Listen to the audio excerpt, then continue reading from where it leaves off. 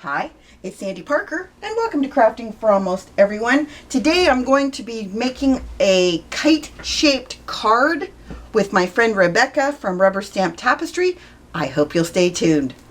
So my friend Rebecca from Rubber Stamp Tapestry, the Peg Stamp people, pegstamps.com in case you didn't know, she and I talked about this design that I saw on Mixed Up Crafts.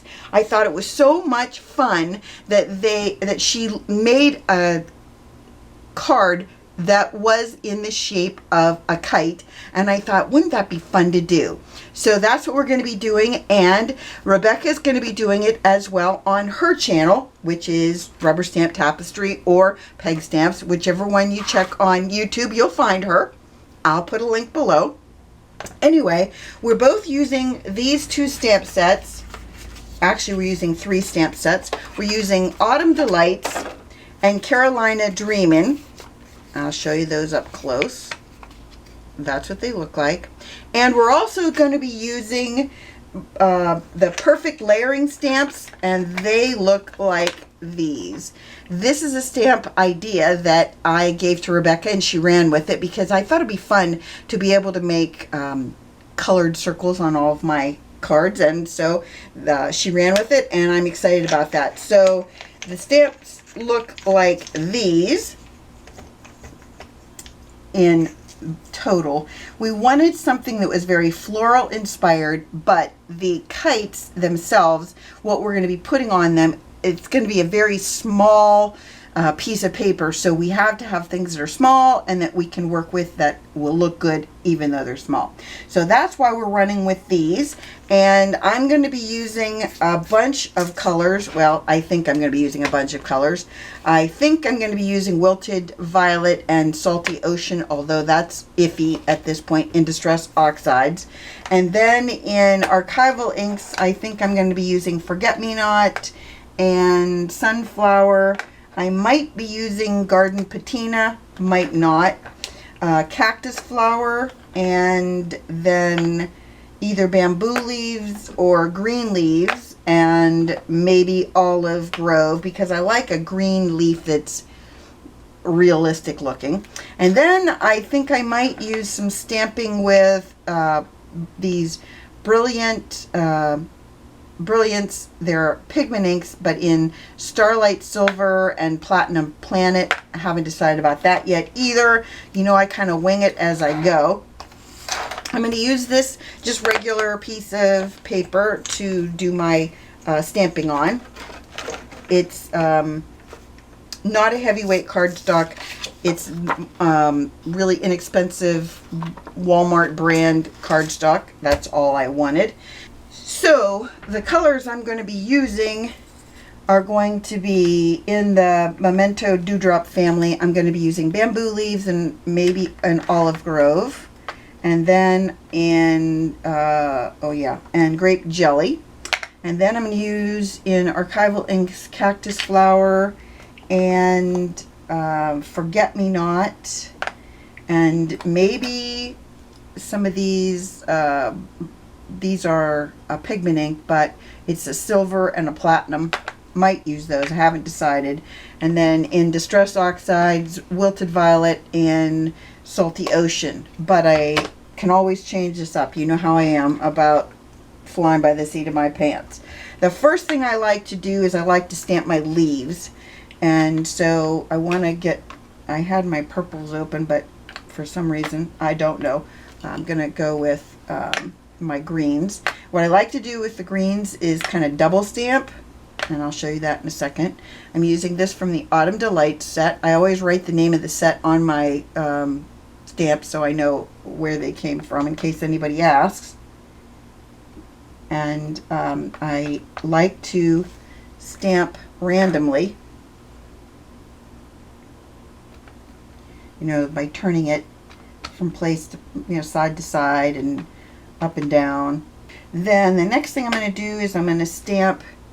I'm going to do similar stamping. I might double stamp some of these. I might singularly stamp them, but I'm going to be using the Cactus Flower and the Grape Jelly for my flowers. And the flowers I'm using are these two for now. These are the ones I'm putting leaves with. And so I'm going to just stamp them. I really like that color. It's bold. Then I'm going to be using this one, which is from Carolina Dreamin'. I'm going to use this on these other leaves. And I'm going to stamp close to those. So that's my flowers, those for now. I'm going to be adding more flowers as I go. I'm going to be doing these flowers in Forget-Me-Not. I don't know why, but I just think that'd be fun. Maybe these little ones instead. I think this is from Carolina Dreamin'. I think I'm going to do those little ones instead. I'm just going to randomly stamp them. Okay, I think I'm going to use Garden Patina for these ones. And they're from Autumn Delight.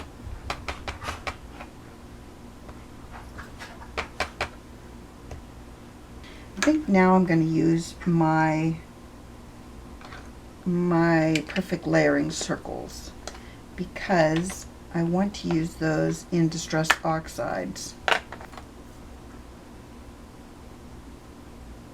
You really want to hold this in place because you want that whole circle to show up. I could always put a silver embossing powder on it too. Let's add some embossing powder on that, shall we? Let's see what kind I want to use. Maybe we can try this one. It's called Vanilla Ice. Could be a mistake. I know you're thinking that. Could be. If it is, I'll just re-stamp the paper, right?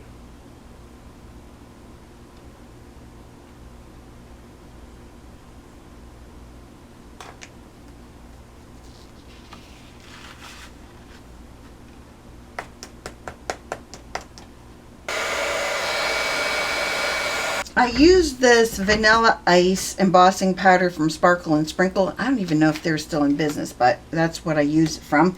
And it came out really sparkly, which I like. I just want to make sure that I love it. You know how that goes. I just am never sure if I love something until it's almost too late. Then I want to put some more flowers in, and I'm going to pick another lighter purpley color. I guess I didn't realize when I started doing this that I would need so many colors. Not that I don't have so many colors, because you know I have a whole bunch of crazy colors. So I'm going to go with Lulu Lavender, and with that one I'm going to stamp another flower, or maybe I'll stamp these again.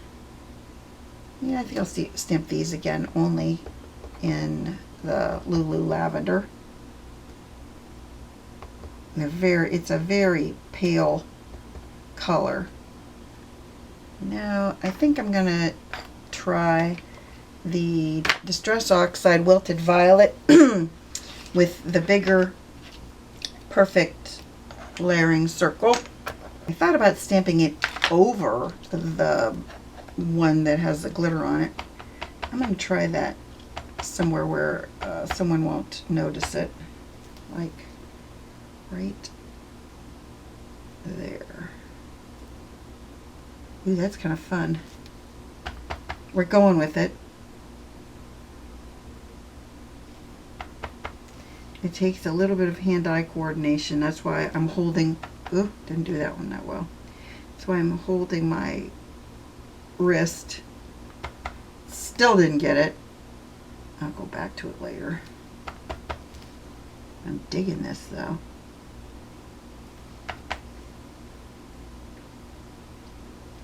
I like it. It's making me happy. Then I'm going to go back to my smaller layering circle, and I'm going to use the Salty Ocean for that.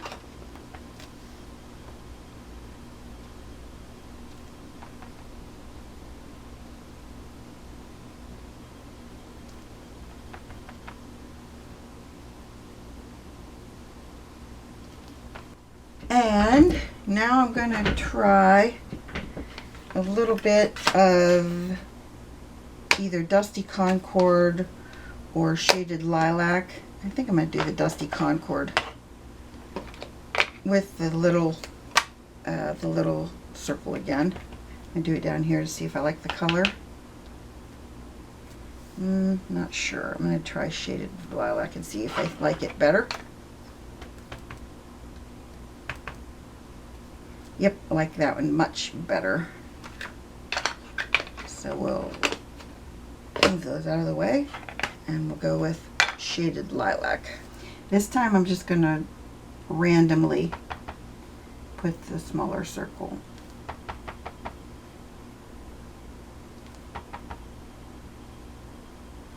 Okay, then I think I'm going to go back to, let's see what Sweet Plum looks like. Ooh, that's kind of fun.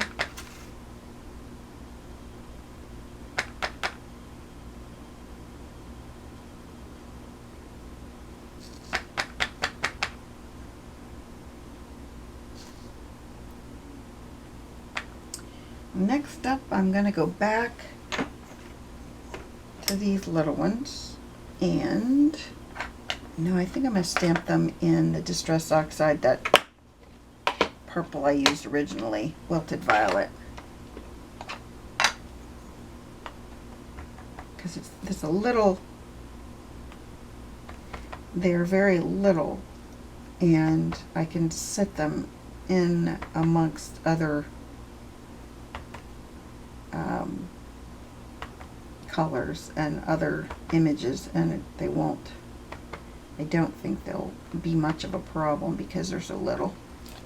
I guess I could do this little sprig, and I'm going to use the bamboo shoots.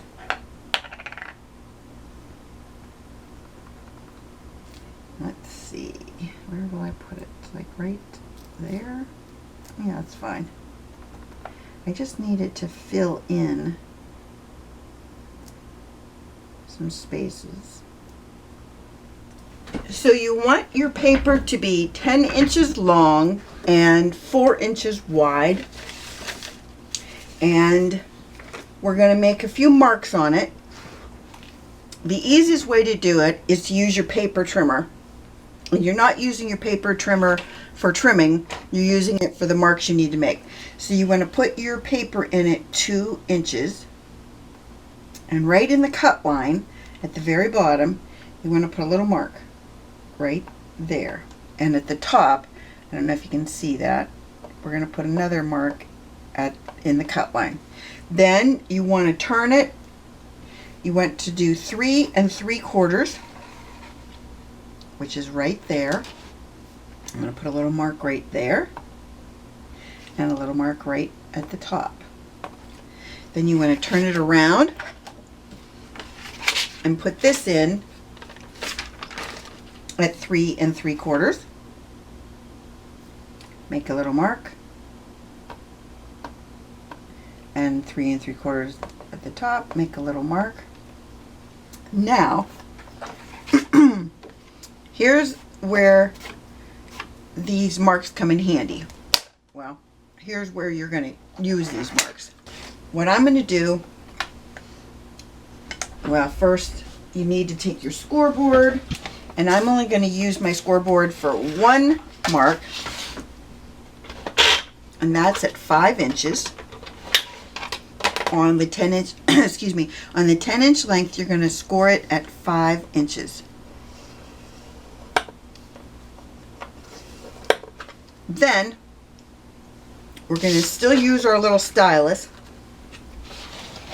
If you have a piece of foam or a phone book or something along those lines, that would come in handy. You're going to take this, and you remember those marks you made at 3 3/4. You want to take your ruler. I have one of my marks is right here and one of my marks is right there. You want to line your ruler up to those two marks, making sure that the ruler is so that it touches at the very edge on that mark. Hopefully that made sense. And then you're going to run your stylus from one mark to the other. Can you see that line? Hopefully you can. Then we want to turn it, And we want to use the ruler again, and we're going to line it up to those 2 marks again.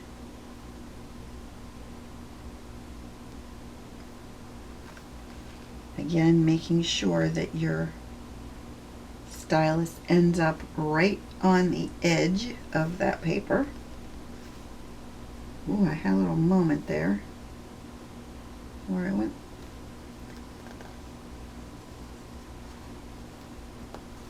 Okay, hopefully I didn't screw that up. Sometimes I'm not very good at doing this. And then the 2-inch mark at the bottom, I'm just going to show you what you're going to do with that. You don't have to do this, but if you struggle with getting things lined up properly, this is what you'd want to do. You're going to take your ruler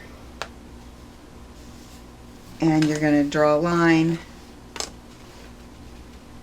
from the edge to that from that 3 3/4 inch mark on the edge of our paper down to that middle mark. And what you're doing with that is you're going to cut that out. And you're going to do that on both sides. But before I cut that out, I'm going to bend all my scores. You want to make sure these scores are really, really cleanly done, because if you have any kind of waffling on them, you're going to end up with a card that's not going to be, or a kite that's not going to be straight. So I'm going to do this. I'm going to get out one of my mini bone folders. So that's that one. And then you're going to turn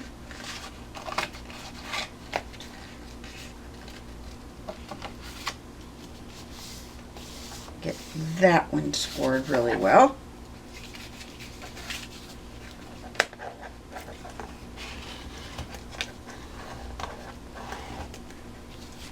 Then you're going to turn and get the other one really well scored. You don't want to use really heavy paper for this. Don't use your heavyweight cardstock.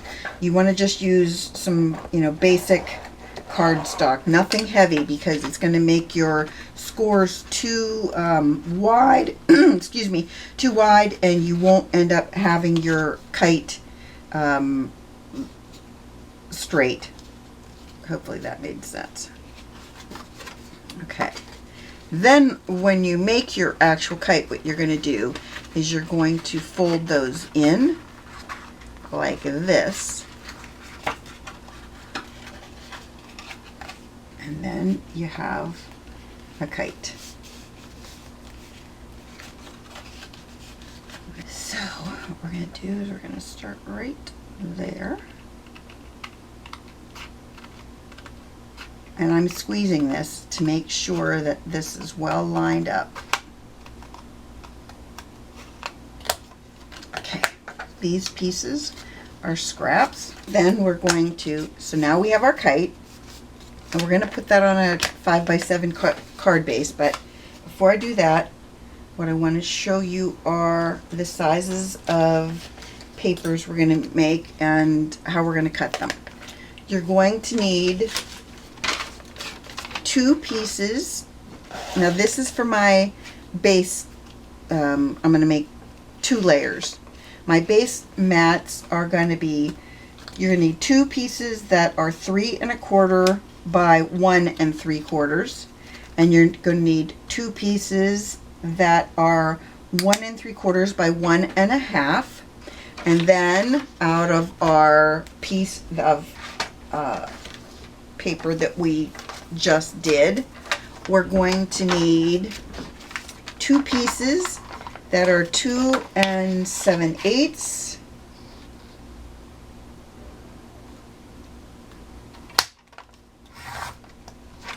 by 1 3/8.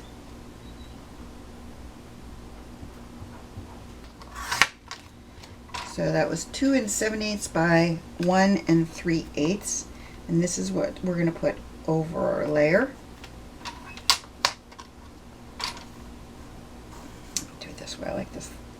better. If your paper has a direction on it, you know, like if your pattern has a direction on it, you want to make sure that it goes in, you know, both your pieces go in the same direction. Then you're going to need 2 pieces that are 1 3/8 by 1 1/8. 1 3/8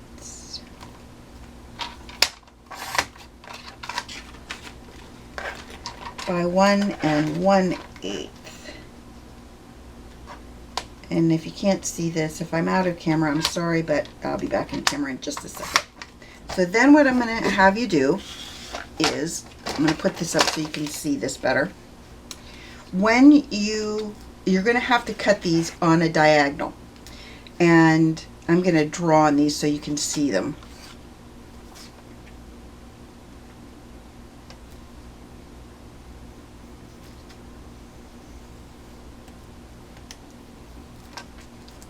Keep in mind that I'm only drawing this so that you can see it. It's not what I'm using for my cutting. I just want to make sure you understand how you're going to do this. So you're going to want to cut one that cuts on a diagonal in that direction and one that cuts in this direction. And you're going to do the same thing with these, only these ones you want to make it on the wider, on the 1 3/4 versus the 1 1/2 inch length. So you're going to do your one is going to go this way and one is going to go that way. It'll make sense when you see it on the kite, because you can't use the same one. You can't use the same one of these for both sides because you need them to go in two different directions. So you want to make sure that you're scoring it on the 1 3/4 inch length on this one, and it has to go in 2 different directions. You're going to do the same thing with these ones that you just cut. So then that one, you can have one that's cut this way and one that's cut that way. And on these little wee ones, on the wider width, you're going to want one to go in one direction and one to go in the other direction. So I'll use my cut so you can kind of see what I mean. What you want to do is you want to take your top right and put it in your score line, and you want to take your bottom left and put it in your score line. If you struggle with things like this, here's what I recommend you doing. On the back of your paper, not the front, I recommend you putting, once it's in your cut bar the way you want it, put a little piece of washi tape over one side, making sure that you didn't move the pieces out of your cut bar. You see how this piece is in the cut bar and that's in the cut bar. The other thing I recommend you doing is put your cutting bar like into the paper.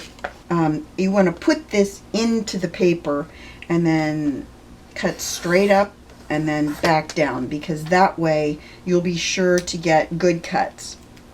If you start, when you have it weird like in your angle, if you have it in your machine like that and you don't have it taped down, it might move. So you want to make sure that you have a way of keeping it where you need it to be in the cut line, and that once you go to cut, you start in the actual paper, not from below it or above it. Oops. Now we're ready to put it together. The trickiest part about making these cards is figuring out how to lay these pieces down. Trust me when I tell you, you'll be going, what the heck, Sandy, as soon as you try and do this. And let me explain the easiest way for you to figure it out. There is what it looks like when you get all your pieces in line. What you have to remember is this longest diagonal is the part that goes on the outside on both of these. So when you're putting them together, I'm just going to mix them all up for you so that you get really confused by it. Here are the longest two diagonals on the outside, and then you want to put the longest diagonals. See how confusing it can be? See that diagonal? That goes on the outside like that. And you'll get, when you put it on your card, you'll figure out when one of them isn't lined up right. And then these two, the long diagonal goes on the outside, the long diagonal goes on the outside like that. And so all we need to do now is glue them down. And I'm going to use just some tape runner on this one. Okay, so that's that one. And this is the other one. I outlined these with a blue ink. Can't really see it, but I did it. So I'm going to use those ones. I kind of like those ones. And I'm going to lay my bottom pieces on first.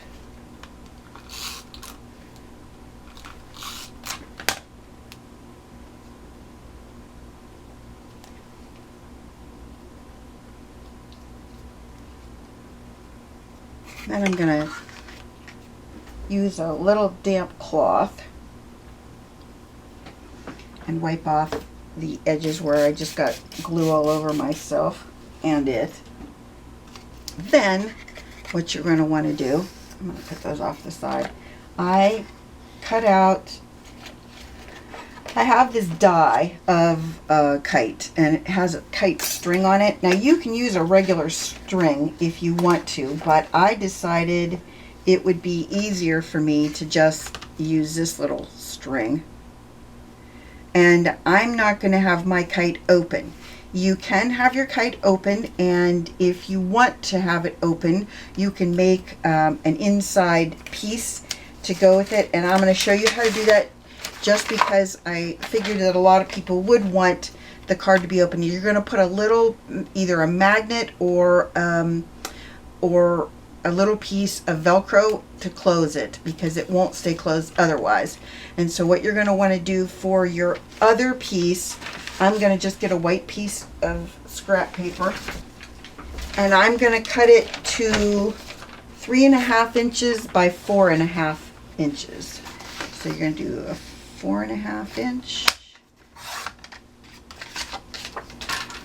by a 3.5 inch.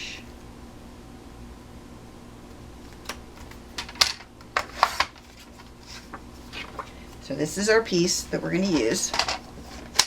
Oh, I'm going to use this for my marks I have to make again.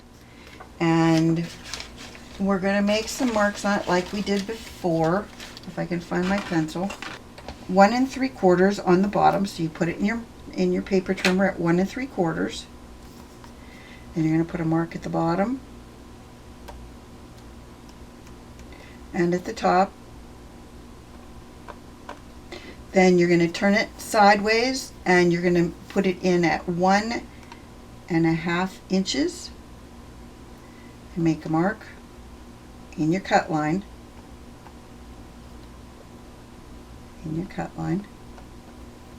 Then what you're going to do, you're going to line it up, your two marks in your cut line. I don't know if you can see those marks. There's a mark right there and a mark right here. And I'm going to put my blade into it like I did before. Gotta get that out of the way so I can get this flat. And you're going to cut it. And then you're going to do the same thing on this side.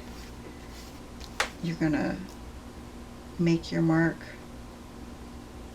your cut line from one cut line to, or from one mark to the other. Then you're going to go from this mark to the long mark down there.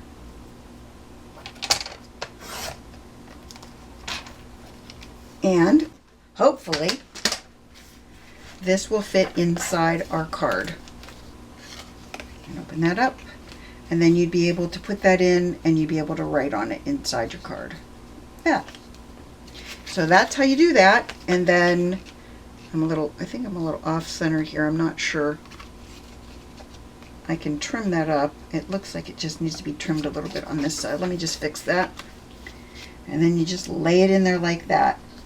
And there you have your centerpiece for inside. And then your outside, it looks like this. Like I said, I'm not going to use my inside piece. I just did that so you'd have it. What my plan is I cut out this great big die cut. And what my plan is to glue it on and then glue this over it. So what I'm going to do is I'm going to glue this on and then I'll come right back. Alright, so I glued my die cut onto my card base. I'm happy with that. Took a little bit of finagling. I decided to put a little bit of Velcro inside there and make it so that I could open it if I wanted to. And then I put this bow on it from, I made it from this stamp from Stampin' Up. It's an old one, but it's kind of tricky because you have to punch it twice in order for it to work. And I always thought that was kind of, I don't know, a hassle. So I don't use it much. But anyway, I want to put some tape on the back of my kite, and then I'm going to attach it. I put a little glue dot behind the bow so that I can lay it on here like that, and then put the glue dot down so it's ready to roll. And then I have a sentiment that I stamped out from another old Stampin' Up set called The Sky's the Limit. I put a piece of 4 3/4 by 6 3/4 inch paper inside that says The Sky's the Limit. I thought that was cute with the idea of this. And then I thought what I would just do is add some foam dots behind. This is my boo-boo on the back, and that's the right one on the front. I just thought I would add some foam dots to the back of this. Not really thick ones, just ones that add a little bit of dimension. I figured that if my kite had that much dimension, my sentiment would have to have a little bit too. I don't know, it just seemed like it made sense to do it that way. And I'm going to just put this right like that.